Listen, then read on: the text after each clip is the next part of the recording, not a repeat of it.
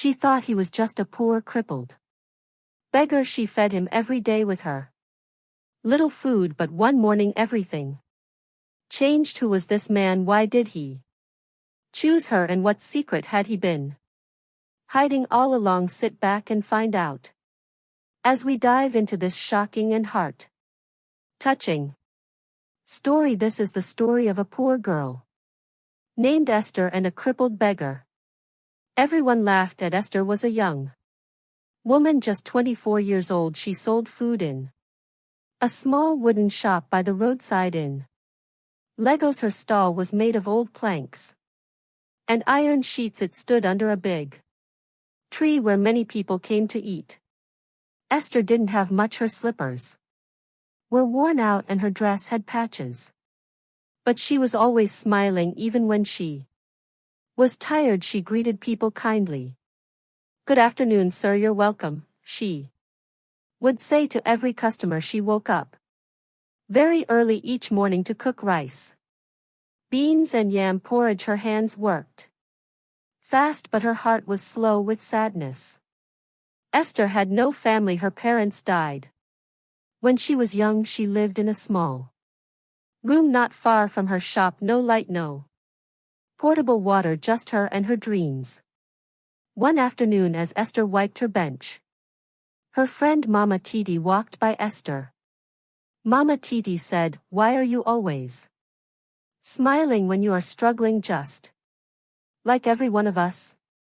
Esther smiled again and replied, "Because crying will not bring food to my pot."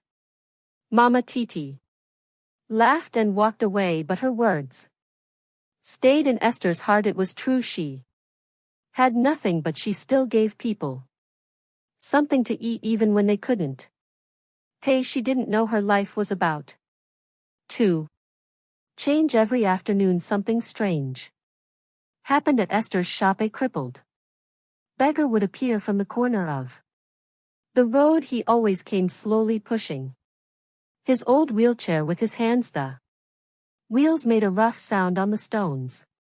Creak, creak, creak. People passing by would laugh or cover their noses. "Look at this dirty man again," one boy said. The man's legs were wrapped in bandages. His knickers were torn at the knees. His face was dark with dust. His eyes were tired. Some people said he smelled. Others said he was mad, but Esther never looked away. She called him Papa J. That afternoon, as the sun burned hot above, Papa J. pushed his wheelchair and stopped beside her shop. Esther looked at him and said softly, "You're here again, Papa J. You didn't eat yesterday." Papa J. looked down. His voice was low. "I was too weak to come," he said. "I have not eaten in 2 days." Esther looked at her table. Only one plate of beans and yam was left. That was the food she wanted to eat herself. She paused for a second, then without a word, she picked up the plate and placed it in front of him. "Here, eat," she said. Papa J. looked at the food, then at her. "You're giving me your last plate again?" Esther nodded. "I can cook again when I get home." His hands shook as he took the spoon. His eyes looked wet, but he didn't cry. He just bent his head and started to eat slowly. People walking by stared at them. "Esther's, why do you always feed that beggar?" a woman asked. Esther smiled and replied, "If I was the one sitting there in a wheelchair, wouldn't I want someone to help me too?"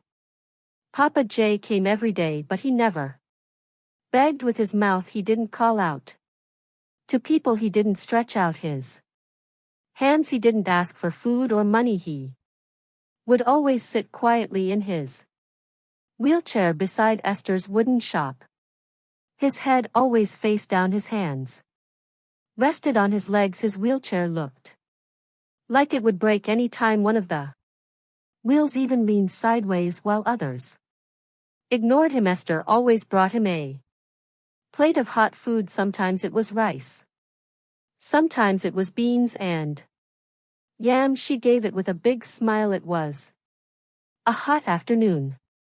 Esther had just finished serving jollof rice to two schoolboys when she looked up and saw Papa J again sitting quietly in his usual spot. His legs were still wrapped in old bandage. His shirt had more holes now, but he just sat there like always, saying nothing. Esther smiled and scooped hot jollof rice into a plate. She added 2 small pieces of meat and walked over to him. Papa J, she said gently, your food is ready. Papa J looked up slowly. His eyes were tired, but when he saw Esther they softened. You always remember me, he said. Esther knelt and placed the food gently on the stool beside him. Even if the whole world forgets you, she said, I won't. Just then a big black car drove up and stopped right in front of her shop. The door opened slowly and a man stepped out. He was wearing a clean white shirt and dark trousers. His shoes looked shiny, like someone had just polished them. He was tall and strong with deep eyes. Esther stood up quickly and wiped her hands on her apron. Good afternoon, sir, she said. Good afternoon, the man replied, but his eyes were not on her. He was looking at Papa J. The man didn't blink. He just stared at him for a long time. Papa J kept eating, but Esther noticed something strange. He had stopped chewing. The man took a step closer and tilted his head like he was trying to remember something. He turned to her and said, please give me 1 plate of jollof rice, add meat. Esther quickly served the food and handed it to him, but as he took the food he looked back at Papa J one more time. This time his eyes looked unsure. He opened the car door, entered without a word, and drove off. The next morning Esther woke up early. She swept in front of her food shop and cleaned her wooden table like always. As the sun rose she kept looking down the road. Any moment now, she whispered, Papa J will roll in.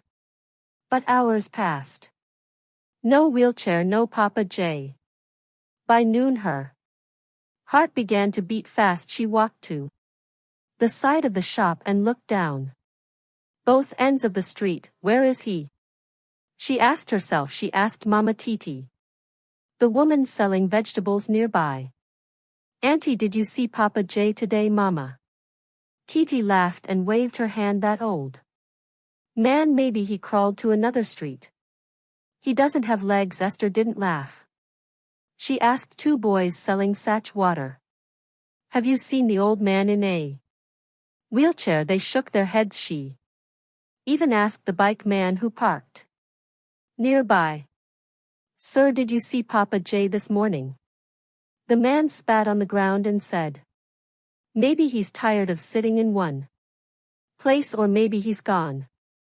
Esther's chest became heavy. She sat beside her pot of rice and stared at the empty spot where Papa J always sat. Her eyes didn't leave that space all day. 2 more days passed, still no sign of Papa J. Esther couldn't smile like before. She served customers, but her face looked sad. She couldn't eat much. Even the smell of her sweet jollof rice made her feel sick. Her thoughts kept running to Papa J. Did something bad happen to him? She said quietly. At night she sat alone in her small room behind the shop. She held the last plate she served him with and looked at it. Papa J never misses a day, she said softly, even when it rains, even when he's sick. So why? Now she stood up, opened her small window, and looked out into the dark street. A cold breeze entered the room, her eyes filled with water. She wasn't just worried, she was scared. Something felt wrong, very wrong, and deep inside her she Knew Papa J was not just missing. Something had happened, something big and maybe dangerous. It was the fourth day. Esther was sitting quietly in her shop. She was slicing onions and setting her table like she did every morning. Smoke rose from the fire as she boiled water for the rice. Just then a black car stopped in front of her shop. A tall man came down. He was wearing a bright red cap. His shoes were shiny and his clothes looked expensive. Esther had never seen him before. He didn't smile. He didn't greet her. He just walked up to her table and handed her a brown envelope. Esther looked at it confused. What is this?" she asked, holding the envelope with two hands. The man didn't answer. He just said, "Read it and don't tell anyone." Then he turned and walked back into the car. Before Esther could say another word, the car drove away. She looked left, she looked right. Nobody else was watching. With shaking hands she opened the envelope. Inside was one white paper. She opened the paper slowly. There were only a few words on it. "Come to Green Hill Hotel by 4 p.m. Don't tell anyone." From a friend. Esther stood still, her mouth opened a little but no words came out. Her hands began to shake. "Green Hill Hotel," she said softly, "but I've never been to a hotel before." She looked at the paper again. Her heart was beating fast. Who sent this? What kind of friend? She looked down the road. The car was gone. She looked at the paper again. Esther held the envelope to her chest. She looked at the sky. It was cloudy, but she knew one thing for sure. She had to go at exactly 3:30 p.m. Esther stood in front of her small shop. She looked at the lock in her hand, took a deep breath, and closed the wooden door. She turned the key twice. "God, please go with me," she whispered. She walked to the road and stopped a tricycle. "Green Hill Hotel," she told the driver as they drove through the busy Lego street. Esther held the brown envelope tightly in her hand. Her heart was beating fast. She didn't know who sent the letter. She didn't know what would happen, but something inside her told her this was not an ordinary day. After some minutes they reached the hotel gate. Esther looked up. The building was very tall with windows that looked like glass. The walls were clean. The front door was big and shiny. Everything around her felt like a dream too. Security men stood by the gate. One of them wore dark glasses. He looked at Esther and stepped forward. "Good afternoon, madam," he said. "Who are you here to see?" Esther opened her mouth slowly. I got this letter," she said, showing him the paper. "It says I should come here. My name is Esther." The guard took the paper, looked at it, then smiled. "Oh, Esther, someone is waiting for you inside," he said. "You can go in right away." A man in a black suit came out from the glass door. He walked to Esther. He didn't say much. "Come with me, please," he said, and began walking back inside. Esther followed him. Her legs felt weak, but she kept moving. The man in black led her through a long hall. Then he stopped at a tall brown door. He turned to her and said, "Someone is waiting inside." Esther's heart beat louder. She looked at the door, then she looked at the man. "Can I go in now?" she asked. The man nodded. "Yes, just go in, you're safe." Esther took one deep breath, then she pushed the door open. Her eyes went straight to the man sitting in a wheelchair in the middle of the room. She froze. Her mouth opened. Her hands began to shake. "Papa J," she said, holding her chest, but this man didn't look like the poor man who used to sit beside her shop. His hair was neat, his face was fresh. He Wore a white shirt with gold buttons. A shiny wristwatch was on his wrist. He was still sitting in a wheelchair, but it looked different, clean and polished. He didn't look weak or tired. He looked calm and powerful. He gave her a slow smile. "Esther's," he said softly, "come in." Esther couldn't move at first. Her heart was beating fast. She looked at him again. "Papa J, is this really you?" she asked. The man looked into her eyes. "Yes, Esther. It's me." He pointed to the chair across from him. "Please sit," he said kindly. Esther slowly sat down, still looking at him like she was dreaming. "My name is not Papa J," he said gently. Esther blinked. "It's not." He nodded. "My real name is Chief George the First, M.A. Billionaire." Esther put both hands on her lap. She stared at him, shocked. "A billionaire?" she asked in a low voice.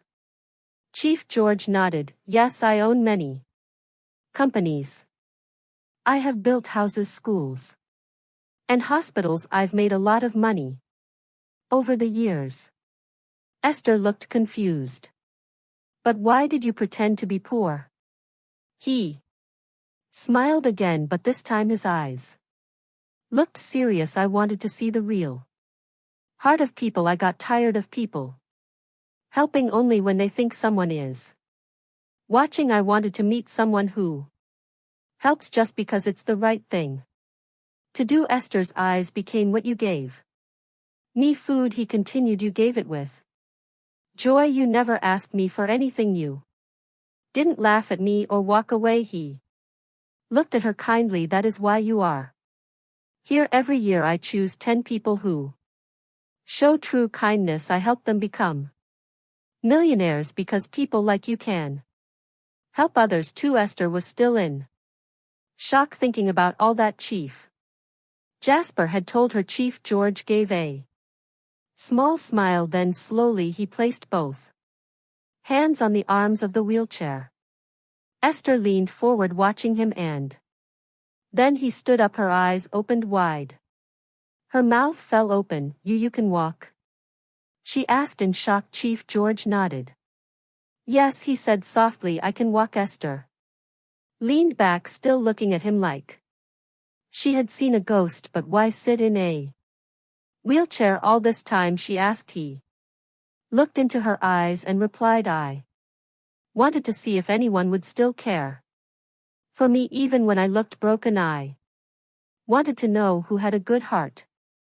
Esther's lips began to shake. Her eyes became wet. A tear dropped. She said in a low voice, "I didn't help you because I wanted anything. I didn't know you were rich. I just felt it was the right thing to do." Chief George smiled again and walked closer. "That's exactly why I chose you," he said. Chief George stood quietly for a moment, looking at Esther with kind eyes. Then he said, "Esther, follow me. There is a place I want to show you." She looked up, surprised. "A place?" "Yes," he said with a smile, "I want to show you something. It's part of your reward. You have a good heart and people like you deserve good things."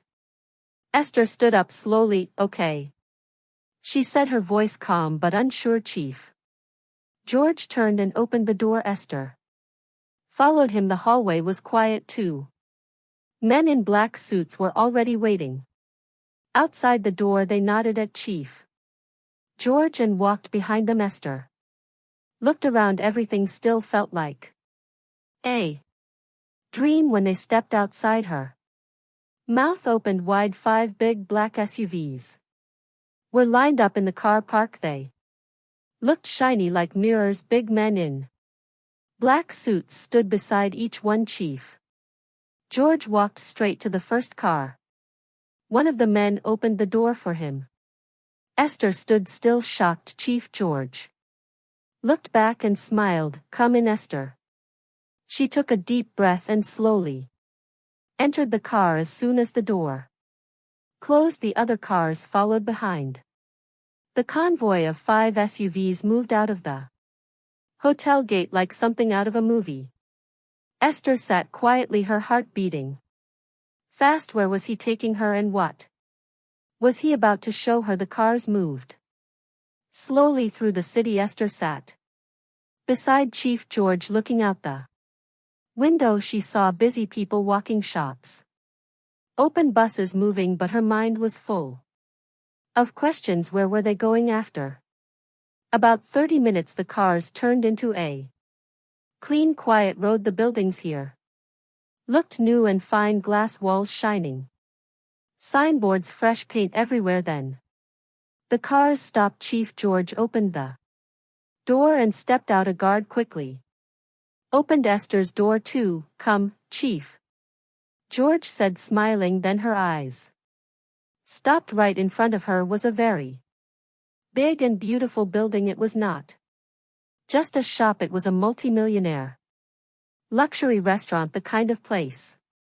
where only rich people come to eat. It stood alone, wide and tall, with glass windows that stretched from top to bottom. The walls were white and smooth, like marble. The doors had shiny gold handles. There were flowers at the entrance. Esther's mouth opened. She had never seen anything like this in her life, but what shocked her the most was the signboard. It said, "Esther's Place, home of sweet meals." Esther took a step back. She looked at the sign again to be sure her eyes were not playing tricks. Is this real?" she asked in a low voice. Chief George nodded gently. "Yes. It's yours." "Mine?" she whispered. He reached to his pocket and pulled a bunch of keys, stretched it towards Esther and pointed at the door. "Go inside." Esther collected the keys and walked slowly to the door. Her hands were shaking. She opened it. What she saw inside made her cover her mouth. The floor was shining. The chairs were big and soft. The tables looked like they were made from glass and gold. There were lights on the ceiling that looked like stars. The air smelled fresh. Everything was new and perfect. There was a big kitchen at the back. Inside she saw gas cookers, clean pots, deep freezers, fridges, and even uniforms for workers. She turned slowly to look at Chief George. Her eyes were full of tears. "You bought all this for me?" Chief George walked in and stood beside her. "Yes," he said softly. "You fed me with your small money when you had nothing. Now I want to give you a place where kings and queens will come to eat. You will never suffer again." Esther dropped to her knees. Her hands covered her face. She was crying, but they were happy tears.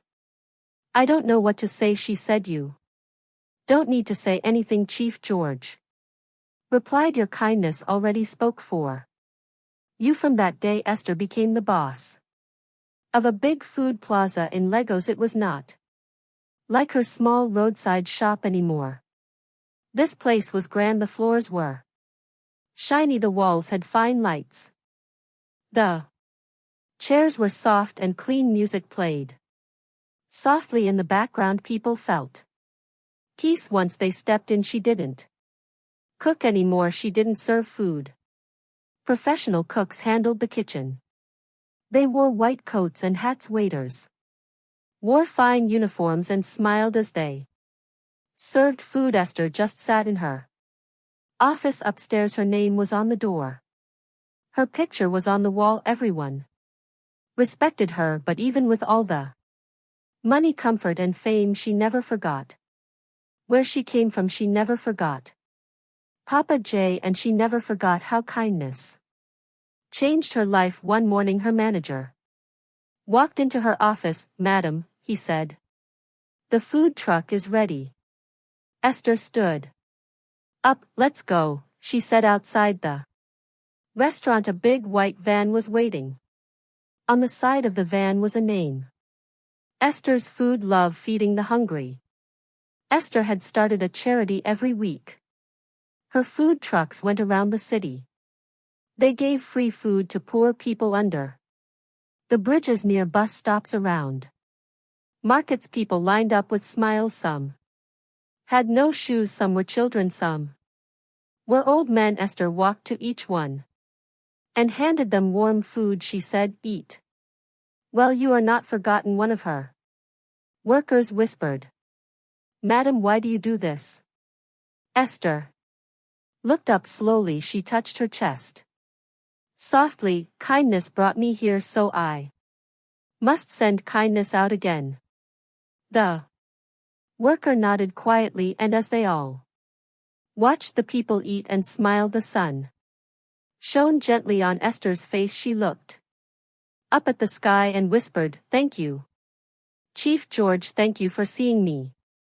Then she turned, walked back to the van, and drove off to feed the next street.